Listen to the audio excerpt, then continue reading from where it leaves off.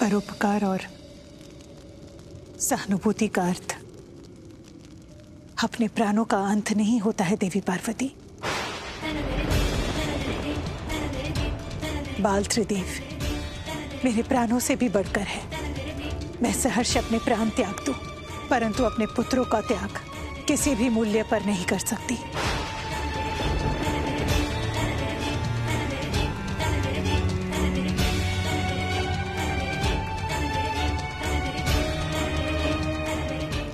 बहुत स्वार्थी हैं आप, बहुत स्वार्थी हैं। स्वयं को संतान खोने की पीड़ा से बचाने के लिए आप त्रिदेवियों को उनके पतियों से दूर रहने की पीड़ा दे रही है। जब संबंध का मोह आदि शक्ति को स्वार्थी बना सकता है, तब मैं तो एक सामान्य तुच्छ मनुष्य हूं।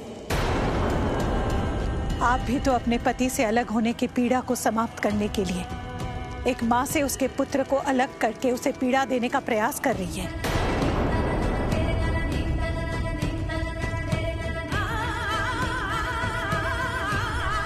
और मेरा वो प्रयास शीघ्र सफल होगा देवी अनुसूया। कोई संभावना नहीं है देवी पार्वती। संभावना 100% है देवी अनुसूया, और उसका ठोस प्रमाण है महादेव का प्राकट्य। महादेव ने प्रकट होकर यह संकेत दे दिया है कि उनके वापस लौटने का समय निकट है। देवी पार्वती, शिव को ज्ञात हो चुका है कि वही महादेव है।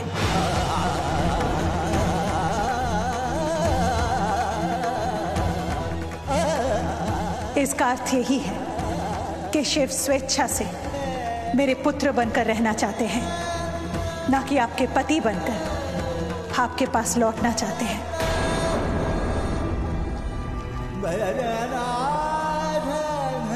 आप तो जानते हैं देवी अनुसूया कि पति और पत्नी केवल अर्धांग नहीं होते, बल्कि उनकी इच्छाएं और भावनाएं सूक्ष्म स्तर पर एक दूसरे से जुड़ी होती हैं। और आज जो मेरी इच्छा है, कल वो आपके बाल शिव और मेरे महादेव की इच्छा भी अवश्य होगी। और अब जब उन्हें ज्ञात हो गया है कि वही महादेव है, तो वो शीघ्र ही अपने मूल स्वरूप में मेरे पास लौटना चाहेंगे, और तब आप उन्हें नहीं रोक पाएंगी। और इसका प्रयास मैं आज से आरंभ करने की घोषणा करती हूं।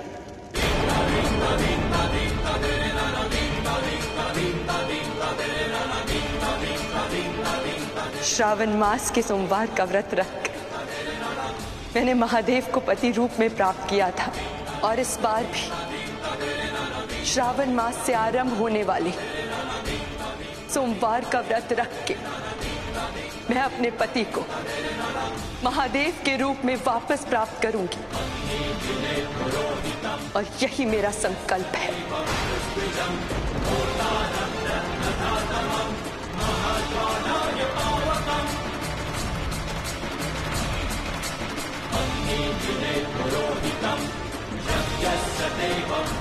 मुझे आपसे सहानुभूति है देवी पार्वती, परंतु महादेव को वापस पाने के संकल्प में मैं आपको सफल नहीं होने दूंगी, और ये मेरा संकल्प है।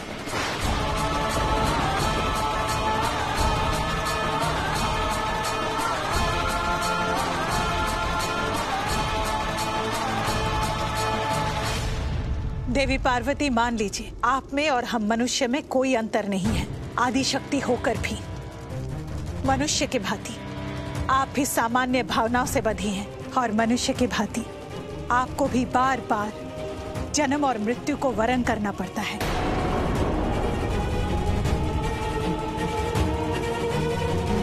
माता अनुसुईया, देवी पार्वती जगत जननी है। यदि जगत जननी है तो संबंधों के मोह से क्यों बंधी है?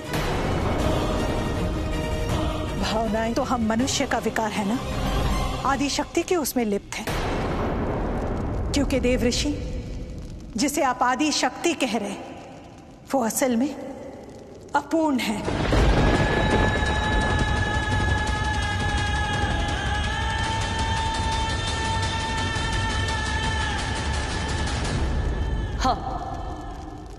हूं मैं अपूर्ण, परंतु मोह और हट से बंधी स्त्री की अपूर्णता और आदि शक्ति की अपूर्णता में भारी अंतर है देवी अनुसूया।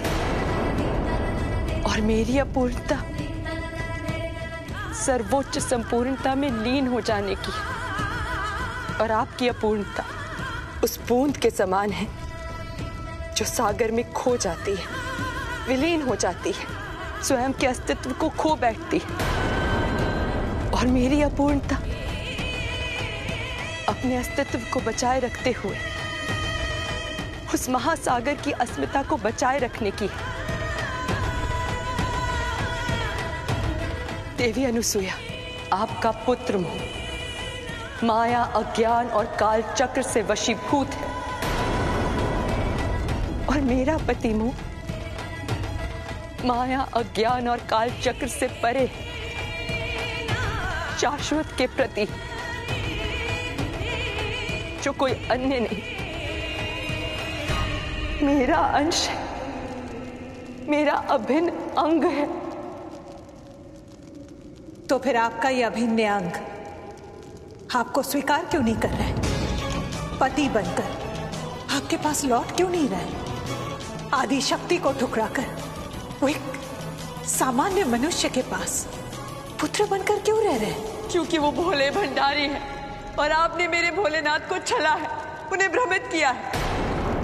मैंने छला है उन्हें? हाँ, अब छल से उनकी माता बनी है। याद कीजिए वो समय जब आप मां नहीं थी, केवल एक शिव भक्त थी। मुझे आज भी वो अकाल का दिन याद है जब अकाल से मुक्ति के लिए आपने तपस्या कर महादेव को बुलाया था।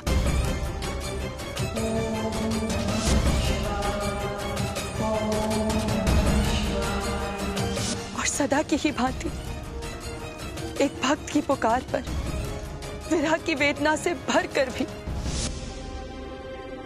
मैंने अपने शिव को जाने दिया।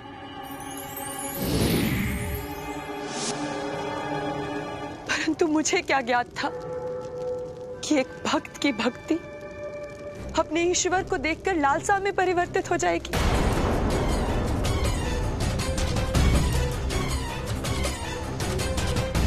और वो निसंतान भक्त संतान प्राप्ति की लालसा में किसी के पति को अपना पुत्र बनाकर अपने पास रख लेगी। भूलिए मत देवी पार्वती, जब आपके हट के कारण त्रिदेव मेरे द्वार पर आए थे और निर्वाण भिक्षा मांग रहे थे। हम भोजन तभी करेंगे देवी जब आप हमें निर्वाण भिक्षा देंगे। यदि मैं मन, वचन और कर्म से पतिव्रता हूं तो आप त्रिदेव तत्काल प्रभाव से अबोध शिशु बन जाए, अबोध शिशु बन जाए। विवश होकर मुझे उन्हें पुत्र बनाना पड़ा। नहीं देवी अनुसूया, नहीं, आपने मेरे महादेव को बंधक बनाकर पुत्र रूप में रख लिया है। बहर निकाला है आपने पति पत्नी को एक दूसरे से विलग करके। यदि आप चाहती तो महादेव को मुक्त कर सकती थी। महादेव को मुक्त करके आप संतान प्राप्ति का वरदान भी तो मांग सकती थी, परंतु आपने ऐसा नहीं किया, क्योंकि आपको मेरे भोलेनाथ के भोलेपन का लाभ उठाना था। और आप आज भी उन्हें पुत्र बना के उनके भोलेपन का लाभ उठा रही हैं। बंधक आपके लिए हो सकता है देवी पार्वती, परंतु मेरे लिए वो मेरे पुत्र है। आपको इस सत्य की अनुभूति ही नहीं है कि एक माँ के लिए उसकी संतान उसके हृदय का अंश होता है, जिसकी रक्षा के लिए वो संसार तो क्या, संसार बनाने वाले भगवान से भी लड़ सकती है।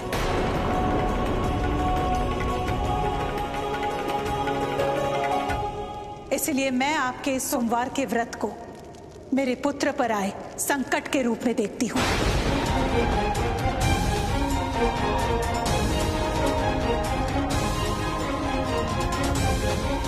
इसलिए आप मेरा भी निर्णय सुन लीजिए। मैं भी पुत्रदा एकादशी का व्रत रखूंगी।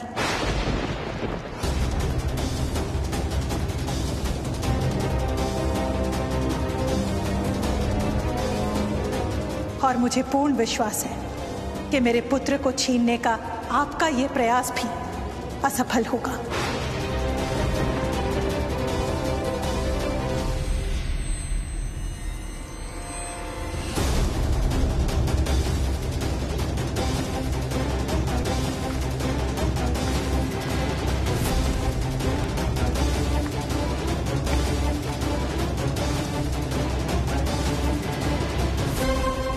एक ओर माता अनुसुईया और दूसरी ओर माता पार्वती। सचमुच इन दोनों के बीच महादेव का रास्ता सरल नहीं होगा।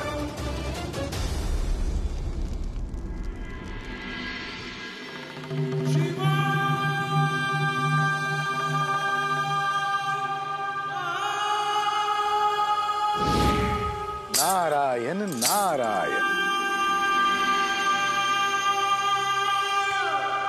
प्रणाम प्रभु। लगता है कोई सब संदेश लेकर आए हैं देव ऋषि। हाँ प्रभु, माता पार्वती अपने मूल स्वरूप में वापस आ गई हैं। क्या मित्र? हाँ प्रभु, आपकी मित्र अर्थात महादेव की अर्धांगिनी वापस आ गई है प्रभु। देव ऋषि, अब संसार के लिए नारद होंगे, किंतु आज आपने यह सब समाचार देकर मुझे प्रसन्नता दी है। उससे मेरे मित्र मोड़ का स्मरण हो आया है। वो इसी प्रकार मेरी प्रसन्नता की चिंता करता था। मित्र से मित्र की न पीड़ा छुपती है न प्रेम। मैं तुम्हारी पीड़ा को पढ़ सकता हूँ मित्र, तुम्हारी व्याकुलता की व्याख्या कर सकता हूँ। मानो मेरी प्रसन्नता में उसकी प्रसन्नता वास करती हो।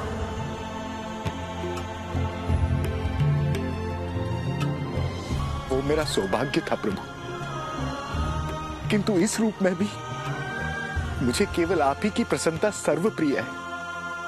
तभी तो मुझे चिंता हो रही है प्रभु। कैसी चिंता देव ऋषि?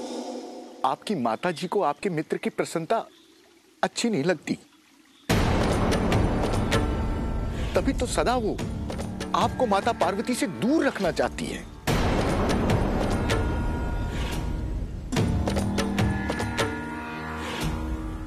किंतु इसमें माता अनुसुईया का कोई दोष नहीं है प्रभु। पुत्र मोह तो माता का मूल स्वभाव है और संतान को भी अपनी माता के इच्छाओं के अनुरूप होना चाहिए, जो आप हैं। परंतु अब आपको माता पार्वती का विशेष ध्यान रखना होगा। उनके प्रति भी आपके कुछ कर्तव्य है, कुछ दायित्व है, और उनका भी आप पर कुछ अधिकार है प्रभु।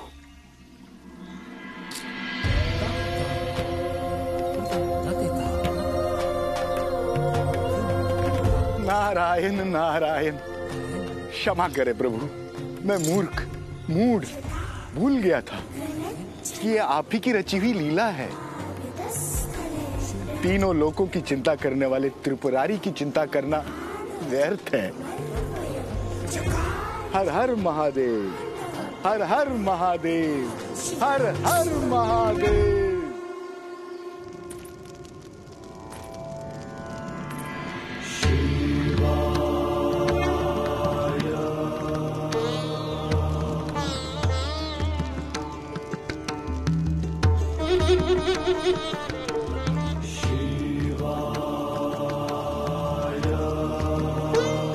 माता, श्रावण मास के सोमवार का बड़ा महत्व है। आज तक ऐसा कभी नहीं हुआ है कि पवित्रता पूर्वक जिसने भी सोमवार व्रत को संपन्न किया हो और महादेव ने उसकी मनोकामना पूर्ण न की हो, आपका भी अभीष्ट पूर्ण होकर रहेगा माता। माता, मुझे पूर्ण विश्वास है कि कैलाश को उनके महादेव और आपको आपके अर्धांग अवश्य वापस मिल जाएंगे।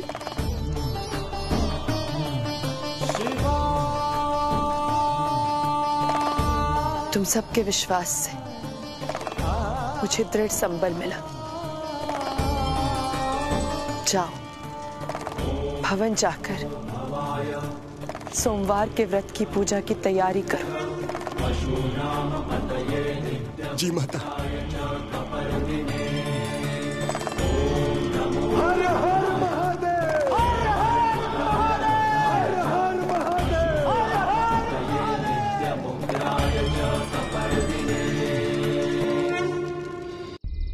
देवी, देखिए क्या है कि पहले देवी पार्वती अकेली थी जो महादेव की विरह वेदना में शोक संतप्त थी।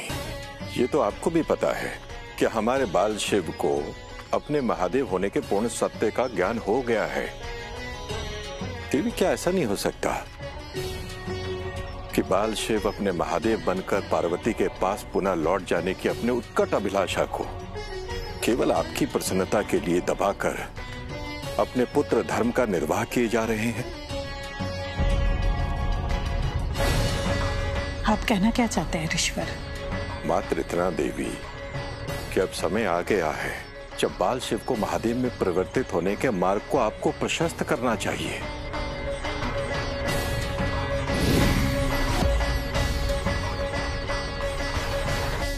ऋषि अत्रि का विचार उचित है अनुसुईया, उनका परामर्श मान लीजिए। पति पत्नी के जोड़े को अलग अलग रखने का महापाप अब रोक दीजिए। ऋषिवर मुझे जो कह रहे थे वो हमारी व्यक्तिगत बातें हैं। किसी भी दंपति के व्यक्तिगत बातों के बीच आना आपको शोभा नहीं देता।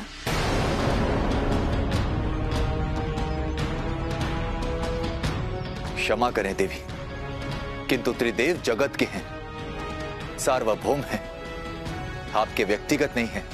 त्रिदेव मेरे पुत्र हैं और केवल मेरे हैं। किसी अन्य का उन पर अधिकार कदापि नहीं हो सकता।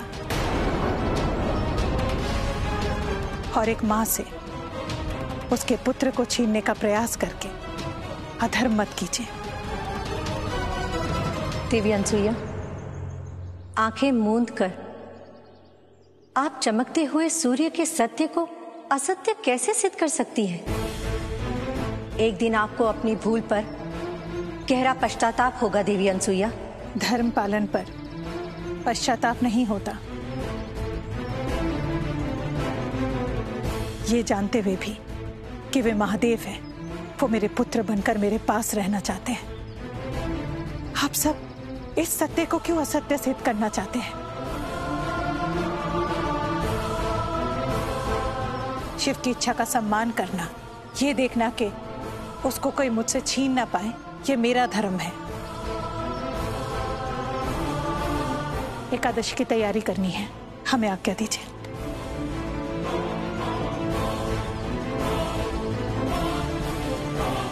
चलिए ऋषिवर।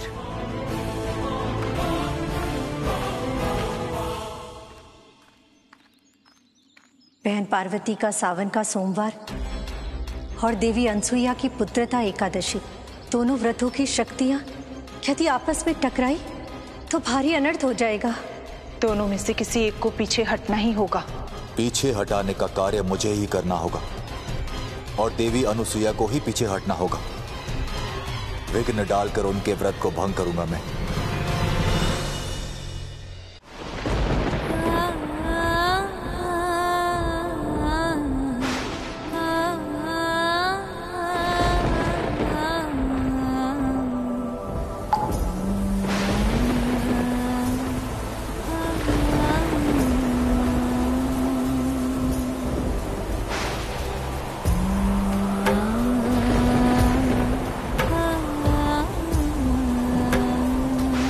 मेरे अश्रु और इस सावन की बूंदों में अब कोई अंतर नहीं रह गया महादेव। दोनों ही आपको सिक्त कर रही हैं।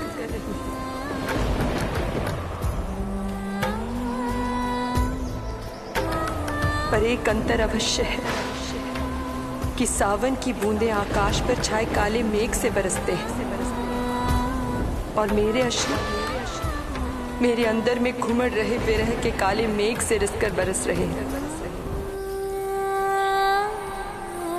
दोनों का बरसना उनकी नियति है। सावन की बूंदें तो सावन समाप्त होते ही रुक जाएंगे, पर मेरी आंखों का सावन मेरी आंखों के सावन के अश्रु कब रुकेंगे पता नहीं। नहीं पता कि अभी और कितनी ऋतुओं तक बरसना होगा मेरी आंखों के सावन को।